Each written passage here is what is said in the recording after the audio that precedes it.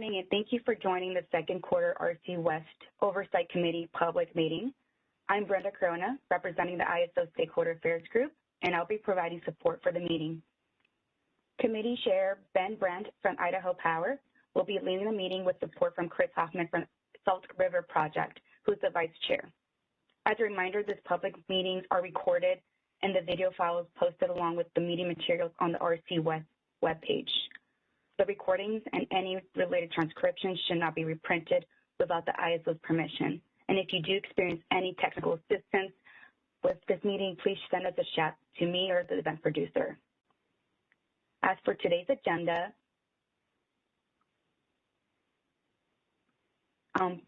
Chris will do roll call for all the members, and then Tim Beach will cover the general RC operations updates. And then we'll have Kathy Fernandez provide updates to RC procedures, and Rachel Milton will provide updates on the Rcmetrics. We have some updates on the working group activities, including the RTW, the real-time working groups with Tim Beach that will cover with Tricia Johnson and provide an update on the cold and extreme weather joint task force. We will take questions from the committee members for each topic at the end of the meeting, and we'll open it up for public comments and questions. I'll provide instructions of how to raise your hand at this time, which is using the right left-hand icon above your chat window. Please use that to let us know that you would like to speak. But at this time, I will turn it over to Chris Brandt to take over roll call for the members. Chris?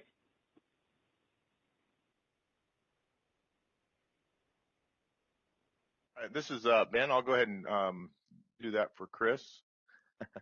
All right, so we'll start our roll call now. Arizona Electric Cooperative, do we have a representative? Not hearing anyone. Avista, do we have a representative?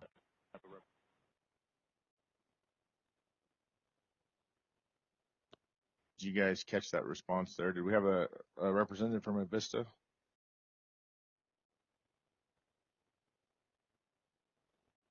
Okay, so anyone who has been, I'm sorry to interrupt, anybody who has been moved, a lot of folks have been moved to the panelist position, please unmute yourself on the WebEx screen so that you're able to be heard if you've been moved over, okay? Yeah, I'm not sure. I think I'm hearing a response from someone at Avista, but it's pretty okay. It looks like there's a comment there for the producer saying that they're unable to unmute. Yep, I'm moving folks over as quickly as possible. So if they can enter it in the chat that they're here, that would be great. All right, one last call for Avista. All right, not hearing anyone. Avant-Grid Renewables. Not hearing anyone from Avant-Grid. Arizona Public Service. So, ladies and gentlemen, if you've been called on and you do not have the ability to mute, please put in the chat that you are here. Thank you.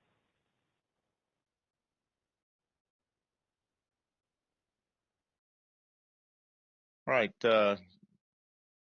Bank, I see Jim Shetler in the call. Are you able to respond, Jim? Yeah, morning, Ben. Jim Zion. Thanks. Thanks. BPA.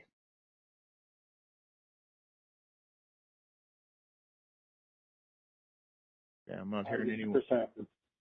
Thank you, Chris.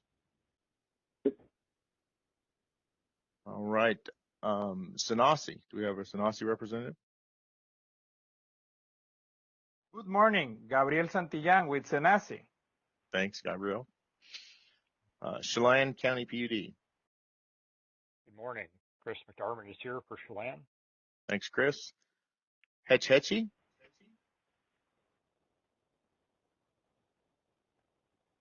All right, not hearing anyone from Hetch Hetchy. City of Reading. Oh, we have someone in the chat from Lenise. Thanks, Lenise. City of Reading.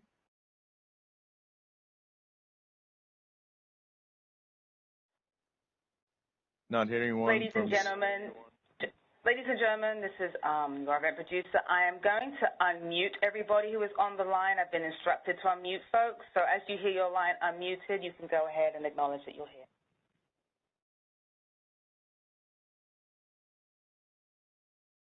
Douglas County PUD. Yeah, this is Jeff Heminger with Douglas PUD. Thanks, Jeff. Grant County PUD.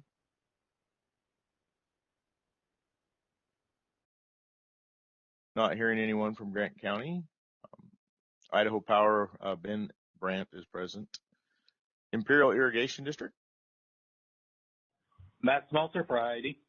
Thanks, Matt. Lone Star. Not hearing anyone from Lone Star. LADWP.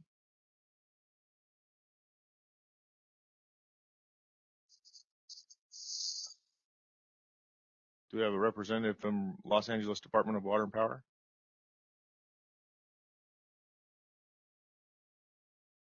All right, not hearing anyone from LADWP.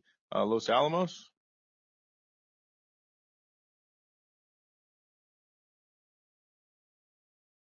Not hearing anyone from Los Alamos. Modesto Irrigation District.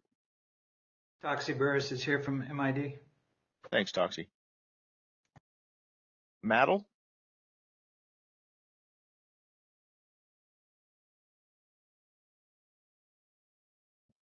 Not hearing anyone from Montana, Alberta tie line. Nature Inner Power Watch. I was here for Nature Inner Power Watch and Wood Watch. Thank you. Northwestern Energy. Patrick Powers, Northwestern Energy. Thank you, Patrick. NV Energy. Mike Kraut here with NV Energy. Thanks, Mike. Pacific Corp. Eric Brookhouse here with Pacific Corp. Thanks, Eric. Pacific Gas and Electric. Andrew Ellis for PG&E. Thank you. Portland General Electric. Corey McAllister's here with Portland General. Thanks, Corey. Public Service Company of New Mexico.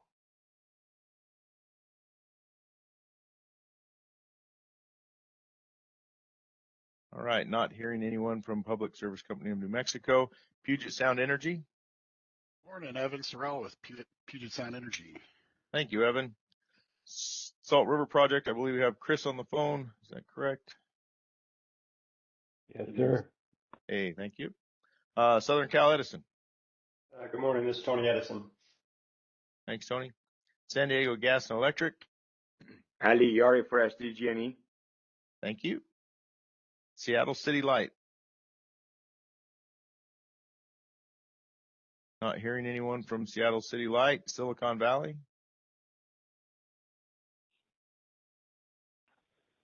Not hearing anyone from Silicon Valley. SMUD.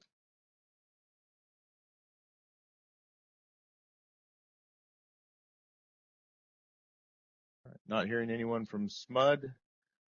Snohomish County PUD.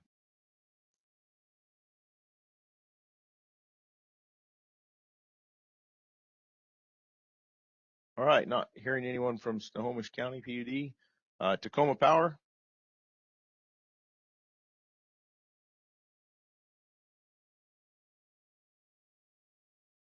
All right, not hearing anyone from Tacoma Power. Transbay Cable.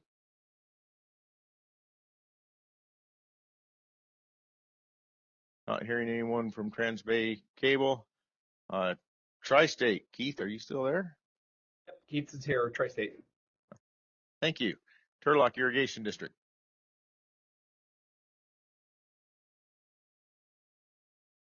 All right, not hearing anyone from Turlock. Valley Electric Association. This is Emily Schneider from Valley Electric. Thank you, Emily. And WAPA Sierra Nevada region. This is Rebecca Johnson from WAPA. Thank you, Rebecca. All right, I believe that completes the roll call. Brenda, I don't know if you guys have what you need there, or if we need to check on a few or do any cleanup there, but I guess I would turn the meeting back over to you at this point.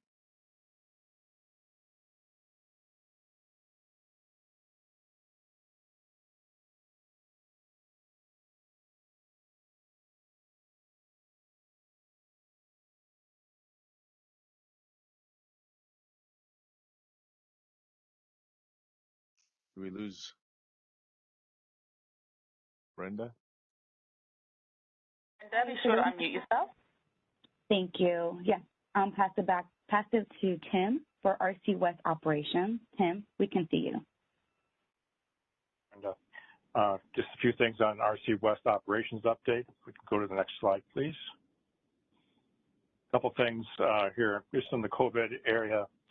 We've changed our policy here for returning to office. Previously, it had been a hybrid, 2 days a week out of the office, 3 days in. We've changed that now. It's going to be, there's going to be options available to all employees on campus, hybrid, 1 or more days on campus per week, full remote, or a flexible hours program as well. So with that, we've determined going forward, it's just a different era now, and opening up a lot of flexibility to our employees to work in a different type of environment than maybe we've been traditionally used to. Also, with that, our third control room was previously our sim room. We're making that a permanent third control room now for use for operators or RCs that maybe have traveled internationally or out of state, or maybe they've been exposed but aren't symptomatic and test negative. So we're using that going forward, and we are looking at constructing a new sim room. Previously, our present sim room that's now the third control room was a very suited very well for a third control room with the physical perimeters, walls, and that type of thing, locked doors and that type of thing. So our new sim room will have probably more of an open concept, but we're allowed to do that for simulations. Last week we held our RC West Summer Readiness webinar. Some of the highlights from that webinar were for the weather and fire outlook. We're expecting our strongest heat for August and September. That's probably not unusual, but that's what the forecast is for this year. They do expect our normal overnight temps to be higher or above normal all summer long. So that's going to, of course, impact load going forward. We're expecting above monsoonal rainfall in the south. Early start to the fire season and numerous fire risks events throughout the summer. So we've already had fires starting already. It feels very much like it was last year. Last year we had an early fire season as well. So that this could be the new norm going forward. And we'll have above normal fire potential for most of the western U.S., especially as we move into that later fall period. The weather forecaster here, Amber Motley, our short-term weather forecaster at California ISO, she says the models are looking very similar to 2011 or 2012 summer. So that's, 11 years ago. So it's sort of hard to remember. I think that was more of a prototypical year from what I can recall, although that was my first year in California, so I didn't have a lot to go on. But that's what the models are looking like right now. Models change, and as summer progresses, we could see changes to that. Another item we reviewed was just some of the controls that were used around the Western Energy and Balance Market, or in other words, WEAM. Some of the mechanisms for security constraint unit commitment, and then the job aids that are available to the WEAM portal. The reason we reviewed this is we have a number of new EIM entities, but also there was impact from the open loop event we had in December 2020. And some of the recommendations were around making sure that energy and balance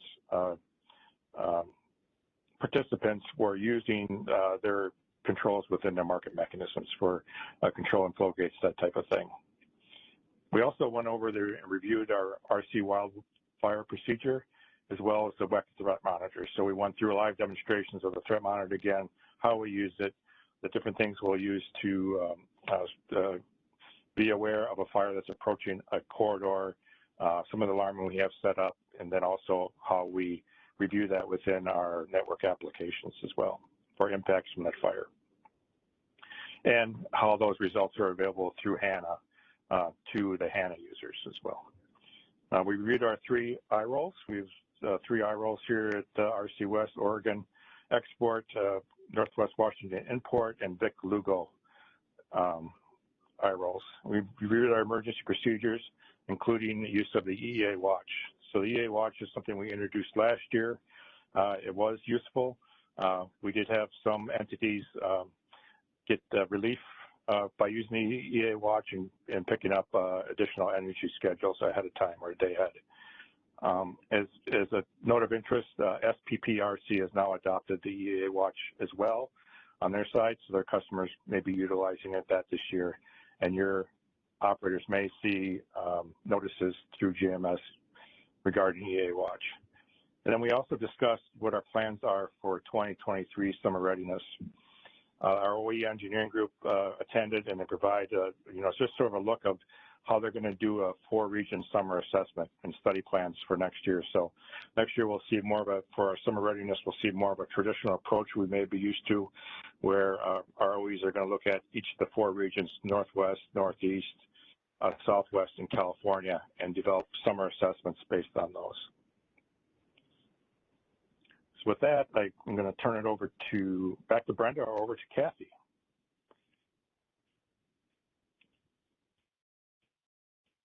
Thank you, Tim. Excuse me, I got one more slide. Sorry, we moved this slide. Yep, thank you. So we also went through, during the summer readiness webinar, we went through our RC situational awareness tools. We had some feedback from some of our stakeholders about, if displays are available, what kind of tools are available through RC West. So we went through and reviewed those. We have a large number of users to these tools, of course, already.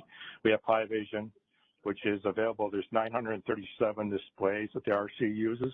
We make those available to the RC or the TOPs and the BA operators through the PiVision and through the portal. We have GMS, which is our grid messaging system, and then HANA. HANA is the RTCA that's available, and RTCA study that's available to the TOPs and BAs as well. Also, within those with those tools, there's a lot of training documents that are available through the RC portal. We have reference documents, videos, and CBTs. So there's quite a bit of opportunity for your operators to, review those tools and have reference documents on how to use them.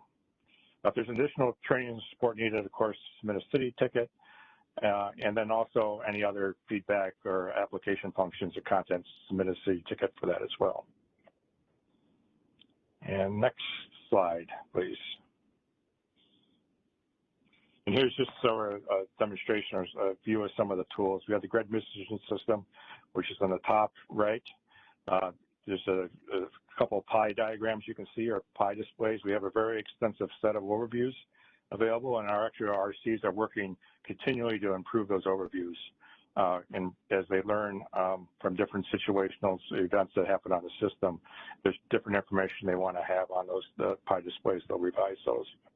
And then we have the hosted advanced network applications, HANA, and that's RTCA, which you see on the bottom right. Again, we encourage the use, especially of PiVision, and going forward, because it really does provide a very good system overview of certain areas of the system, including we have open loop overview that we use. It's a very good comprehensive display, and we also have a WEC-wide overview as well. You can see the whole WEC backbone network, all the 500, a lot of the 230, all the 345 kV. Next slide, please. Now I'll turn it over to Kathy or Brenda. Okay, it looks like that's my cue here. This is Kathy Fernandez. I'm here to give you a procedures update. This here is a listing of the recently published procedures. We had RC 9000, the open loop guideline procedure, updated as a major update.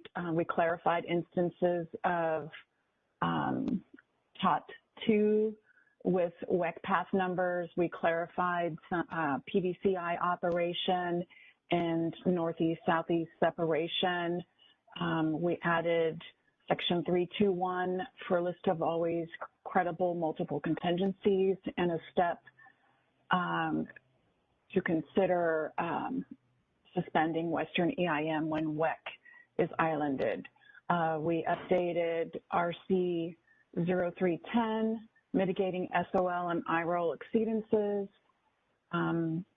That was a periodic review with minor updates.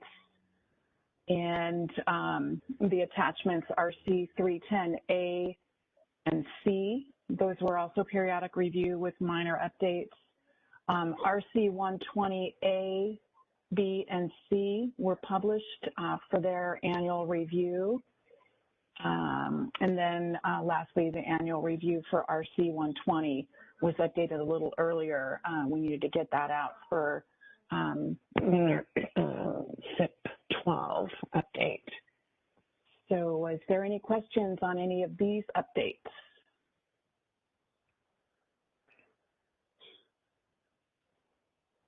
Okay, I think we can go to the next slide, please. Okay, and here's a continuation of the recently published.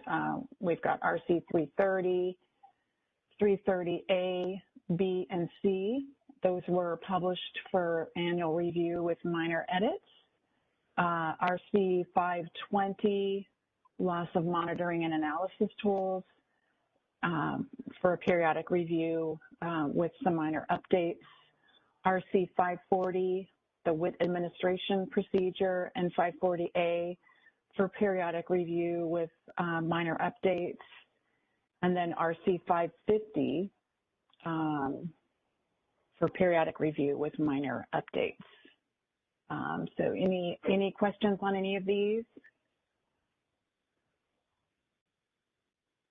Okay, we can go to the next slide, please. Okay, the following here are upcoming RC procedures to be updated within the next month or so. So we've got the RC Area Restoration Plan, RC 460, and attachments A through F. Those are coming up for the annual review with minor edits, and a few have no changes. Those will be effective June 1st. And then we've got RC 610, the SOL methodology procedure. That is going to be getting updated for a periodic review, and the additional edits are pending. And then we've got RC 9130, the PAS 61 Lugo-Victorville IROL procedure to be effective June 1st. We added a bullet for Lugo-Mojave 500 kV PAS. We've got RC 9510, the operating plan for IPP DC bipole contingency. That's for a periodic review with minor updates. That'll be effective June 1st as well. And then we've got RC 9540 and RC 9550, monitoring the IID system and monitoring heavy east to west flows on SWPL. Those are pending coordination with IID and CAISO systems, trying to find a way to get those for more compatibility. So that's still kind of on hold for that to kind of get worked out. And as soon as that is, they find a compatible, then we will be updating those. And I believe that is it. Are there any questions regarding any of the procedures?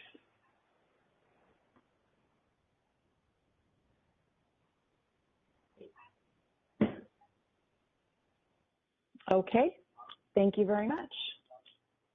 Thank you, Kathy. No questions at this time. Next is Rcmetrics Q1 2022. Rachel, please make sure your line is unmuted. Hi, this is Ankit Mishra from CalISO. Can you hear me okay? We can. Okay. I think Rachel and I had an agreement, and I'm going to be presenting some of these metrics, and after me, I'll hand it off to Ong Hu. These first few slides on metrics, these are around the state estimated solution related metrics. We have been taking a close look at these metrics and trying to make them more relatable, making some adjustments. One of the recent adjustments that we have made to these metrics is, instead of accounting on the anomaly megawatt difference between the telemited value and the state estimated solution, we are now accounting for the number of counts of these anomalies in the system. And the reason we believe that's a better metric is because the anomaly, once it's identified, is actually not used by the algorithm. So making a count-based metric is more relatable. And what we're seeing here on the slide is that for these different KV levels, 500, 345, 230, and 138 and 115 kV, we have counted for the total number of anomalies in the system. From a month-to-month basis, we do want to see a reduction in this trend. We are seeing more or less stable numbers. We have seen a slight growth in the 500 kV level, but that's related to the normal seasonal adjustments. Going forward, what we are doing on these megawatt metrics is we are taking a close look at the measurements which are in anomaly, and we are continuing to reach out to the entities to see if there is an issue with the accuracy in the measurement versus if there is an issue in the accuracy of the solution. And that's an ongoing effort. Next slide, please. This is a similar metric, but instead of accounting for the anomalous measurements count for megawatts, we are doing the same for megawatts. More or less, the numbers have stayed stable for the first quarter. Next slide, please.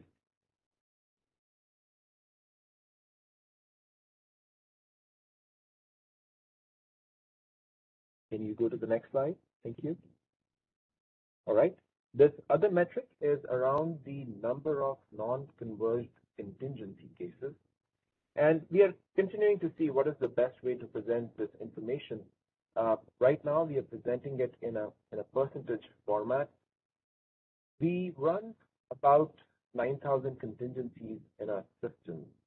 And that percentage level, so for example, for the average number of contingencies diverging in the month of March, if we do that calculation, 0.036%, times the 9,000 contingencies, that's average of less than one contingency. So overall, our non-converged contingency count has stayed very low, and that's the metric. So we are continuing to look at those cases when a contingency diverges. We investigate each and every one of those cases, trying to see the root cause. But overall, the number of non-converged contingencies have remained low. I think that's my last slide. Thank you. Any questions for me?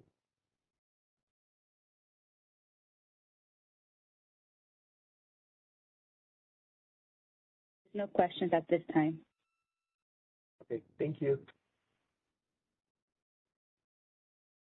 Thank you. Ong, please make sure your line is unmuted. Hi, can you hear me? This is Ong. Yes. Hi, good morning, everyone. This is I'm going to go through the DAGA accuracy, day-ahead contingency analysis studies. So DAGA accuracy metrics is measured against the real-time contingency analysis. Basically, what kind of constraints show up in the real-time contingency analysis, which were missed in the day-ahead contingency analysis studies. So when we measure, there are a lot of input data into that, and then dependency. For example, why we are maintaining the RTCA solution quality. At the same time, the changes on the outages from the day-ahead to real-time create the discrepancy as well. So as you can see, for the first quarter of the 2022, it looks like the quality of the DAGA accuracy improved from the January to March. For the month of March, while we are maintaining the RTCA quality, we noticed that the amount of forced outages decreased significantly for the month of March. So that might be one of the factors that, difference between day-ahead studies and the real-time contingency analysis studies were not that much different. But we will be looking into more detail and fine-tune the RC metrics to compare better way between day-ahead and the real-time contingency analysis studies for this metric. I believe that's all mine. Anybody has any questions?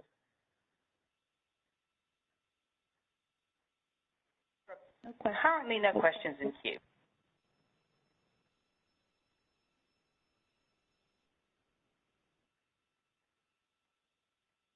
All right, next one is Tricia, I believe.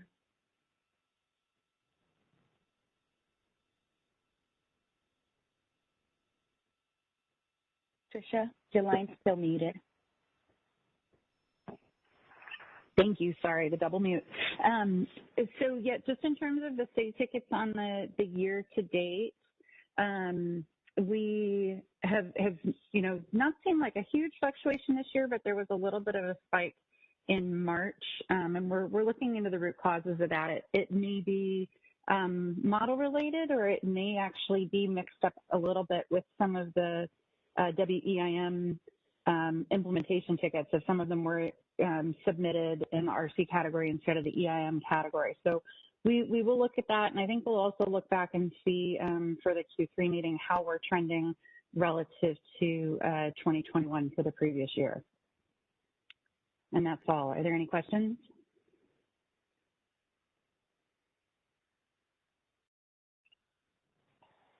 Thank you. No questions in queue.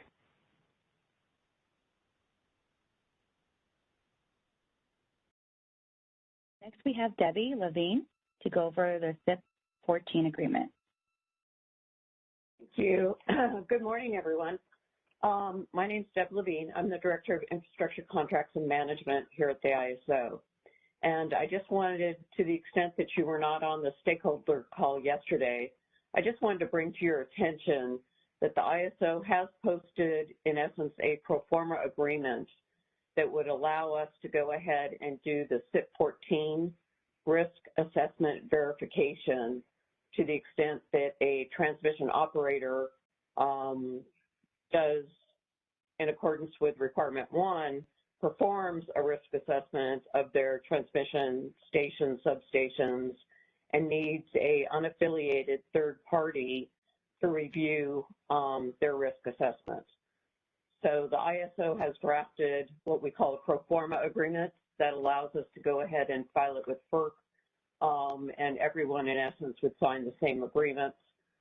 The agreement is posted underneath Stay Informed, KIPO.com, Stay Informed, miscellaneous initiatives, and what we're looking for is, in essence, any comments that you may have on the agreement before we file it with FERC. With the agreement, it will allow us to go ahead and implement Section 19.4 and 19.9 of the ISO tariff, which includes obtaining a deposit for the assessments or the evaluation, and a opportunity to get confidential information from you, give confidential information back to the extent that you desire, participate in any WEC audit having to do with our third-party assessment of your risk evaluation. And it's out there in a Word document, so if you want to provide red lines, that's fine also. We're looking for comments by June 14th and hoping to file it probably early July at this point. So any questions on that?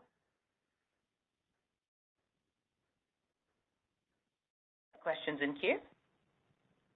All right, well, thank you very much.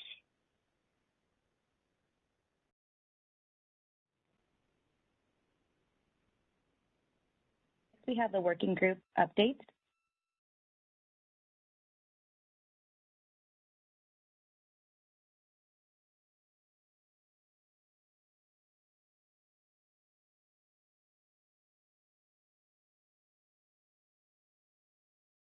All right, I can take it from here. Hi, this is Rachel Melton. Would you mind going to the next slide, Brenda? All right, so we're going to start with the Data Exchange Working Group update. We met last March, and we have done some updates, as Kathy mentioned, to the guidelines for the IRO 10 data specification, also known as the RC Operating Procedure, RC 120. That was published in mid-April. And then for the modeling templates, there were some changes made with a commenting period in late March to the contingency definition template for the instructions on naming conventions, and then the modeling user guide to add for those clarifications and cleanups based on some feedback we received. On the next slide, we also discussed at our previous meeting the dynamic ratings or ambient adjusted ratings, AAR, under the FERC Order 881. We've created an internal team to understand the impacts of this order on both our reliability processes and market processes. And we've met with other ISOs and RTOs in the Eastern and Western interconnections to understand the thoughts on this issue. So our expectations for this is to align our filings with the TOP's filings. So I know this was discussed at a previous meeting, so just as an update that we're discussing it briefly with the Data Exchange Working Group at a high level. We also have the Cold and Extreme Weather Task Force, and the team's been meeting to develop an approach for the upcoming NERC cold weather standards, and those changes are effective in April of next year. We're planning on a simple approach to gather the data, which is going to aid in forecasting activities in the OPA timeframe. So it's likely to impact the data specification, potentially outage coordination procedures, and templates for collecting resource data through the modeling process. So there's high level some topics that we've been discussing in the Data Exchange Working Group, and we'll meet later this year to talk more about it. Any questions before I pass it off to AFTAB? There are no questions in queue. All right, thank you. I'll turn it over to AFTAB Alam to talk about the Joint Operations Planning and Real-Time Task Force. Thanks, Rachel. Can you all hear me? Yes, go ahead. Thank you. All right. Good morning, everyone. So just a quick update. If you could move to the next slide, please.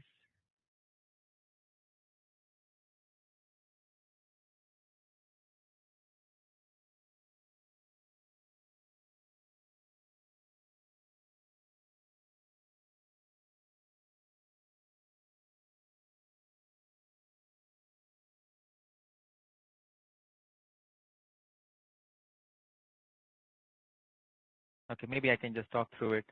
So a quick update on the task force. You know, we have been working on a draft since the past year, and we've been working with the impacted entities to make sure that we fine-tune the draft. So a couple of significant changes that we included in the draft since the beginning of the year. We're making sure that we added additional validation for the real-time process to make sure that we are at a situation where the next contingency can drop load when we're observing post-contingency mean frequency to be below certain critical thresholds. We also added a process of on how we would be updating the list of contingencies that we are going to monitor in TSAT. What's the criteria to select the contingencies, and making sure that we have an annual review process in place to adjust that list on an annual basis. We also added examples of how the needed reduction in generation output or generation arming for RAS would be calculated. So there's an appendix added for that. In addition, we've been fine-tuning the language by working with the impacted entities to be clear on the expected validation process, and also add further clarity on when the actual mitigation would occur. So all these latest drafts are on the portal. There's a clean and a red line from the last clean version, and our next steps are that we are currently working towards training of operators. After that, we will follow through with a parallel ops process in hopefully in July, with the goal to ensure that we have a proper validation process and our tools are working correctly to determine the necessary curtailments and maybe fine-tune the procedure if needed. And then after that, our goal is to make this procedure effective by the beginning of this winter season, so hopefully by November 1st. That's the plan for the frequency response monitoring. Any questions?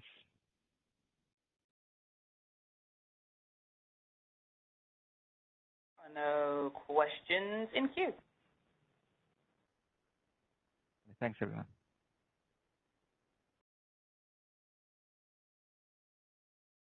We have Tim, the Real-Time Operations Working Group. Thank you, Brenda, and AFTAP, thank you for that. AFTAP's doing a lot of great work with the that frequency response group, just a tremendous effort, and we hope to be testing the procedure sometime this summer as well as parallel operations and that, so we're looking forward to that. Next slide, please. So in addition to some of the things that reported earlier with the recent RTWG meetings, when we went through the tool review and did some demonstrations on that, and also the procedures that Kathy mentioned, we reviewed and discussed those. One of the primary work efforts we have going forward or currently is reviewing our voltage violations and how they show up in RTCA in particular. Samson Atkins's been leading that. This is a joint task force with the OPWG and RTWG because it could impact the SOL methodology, and we may have some changes there. One of the things we're working is just to clarify the system voltage limits, making sure that there's some internal risk assessment, performance history, and engineering analysis that's performed related to those limits, and it's not strictly on what a manufacturer may recommend because those can be very tight and don't typically account for long-term voltage ratings where you may anticipate a little bit of loss of life, but not a lot. So they are looking at those things. Another thing is the normal system voltage limits. We consider those continuous, although we want to allow TOPs to submit a longer rating. And we have some instances where there's 12-hour rating or limits, durations for those limits. So in those cases, when they submit those, we'll monitor those as continuous from the RC West or the RC perspective. But also when they submit multiple normal limits, we'll also monitor or select the least restricted limit for pre-contingency operations. So we'll always pick them up in EMS, but in RTCA, we'd use the most restrictive limits. This, we believe, will keep our, especially in the realm of high voltage, keep the limits, the table that the operators have to use under those low load conditions to a manageable number, an actionable number. A lot of times we were seeing limits that were coming in that were more really control points. They were issued as a limit, but really that's the point where the TOP would be taking normal reactive changes or statuses to the system changes by taking off CapEx, inserting reactors, and that type of thing. So we really wanted to try to get those in the control area and not the limit area, and then really have the RCs in particular focus on the most least restrictive limit or the highest available limit available. Next slide, please. So when there's emergency limits, if there's multiple emergency limits like normal limits, we'll monitor the least restrictive of those for post-contingency operations.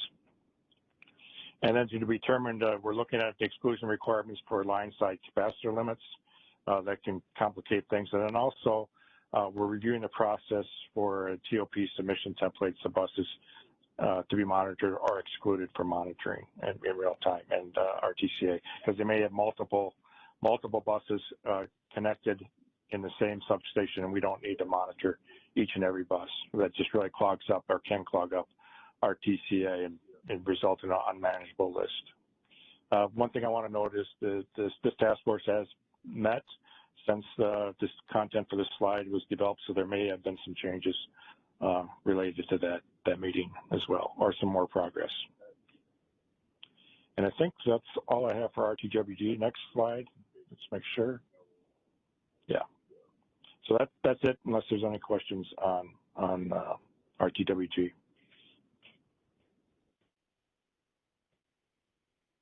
No question. I just want to thank all your members that are participating in both those task forces, the joint voltage violation and the frequency response task force, because it is quite a bit of work. There's a lot of great discussion that's been occurring with that, and I believe it's really supporting reliable operations and a very good method for situational awareness going forward. to manage reliability.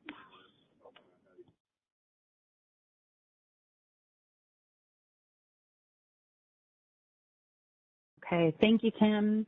So just for awareness, since we're at the end of the agenda for today, the next RC Oversight Committee meeting is scheduled for August 24th, and then we'll have the last one of the year coming up in November. So if there are any agenda topic suggestions, you can email those to us at the rcwestoc@kaiso.com.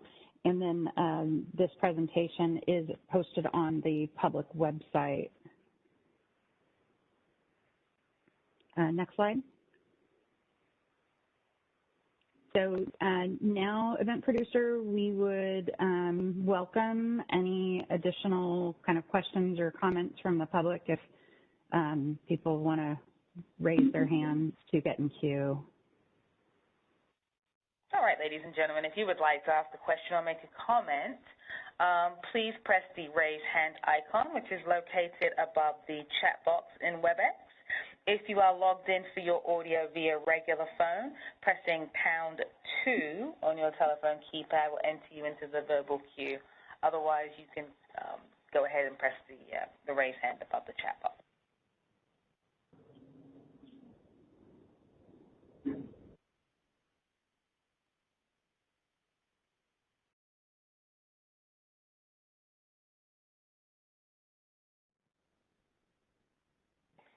All right, I do not see any questions or any hands raised at the moment.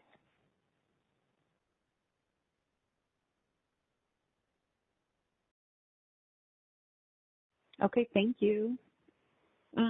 Okay, good. And I don't think if you go to the next slide, I think that is it. So we appreciate everyone's attendance today. We will start the executive committee session right away at 10:30. We'll give everybody a few minutes to transition over, and Brenda can get us started there.